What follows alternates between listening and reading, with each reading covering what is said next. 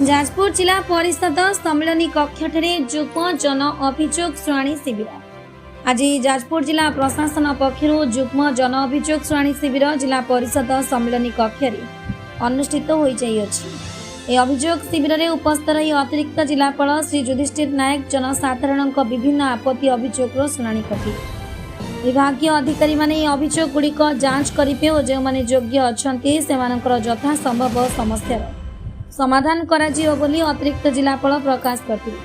आज मोट 196 अभियोग पंजीकृत होता से व्यक्तिगत समस्या संपर्कीय 150 गोटी, गोष्ठीगत समस्या संपर्कीय, ग्राम्य समस्या संपर्कीय 5 गोटी, मुख्यमंत्री रिलीफ पांठी सहायता निमंते 41 गोटी अभियोग शुणाणी करा 50 अभियोग तत्काल फैसला करा मिलित जन अभियोग शुणाणी शिविर जिला मुख्य उन्नयन तथा कार्यनिर्वाही अधिकारी श्री देवी प्रसाद महांती, उपजिलापाल श्री तापस रंजन देहुरी, उपखंड आरक्षी अधिकारी श्री प्रशांत कुमार माझी, गोष्ठी उन्नयन अधिकारी जाजपुर श्री ब्रह्मानंद बेहरा, तहसीलदार जाजपुर श्री रवि नारायण पाढ़ी, जिला मुख्य चिकित्सा और जनस्वास्थ्य अधिकारी डॉक्टर विजय कुमार मिश्र, जिला स्तरीय अधिकारी, क्षेत्रीय अधिकारी, ब्लॉक स्तरीय अधिकारी प्रमुख उपस्थित जनसाधारण आपत्ति अभियोग शुणाणी करते।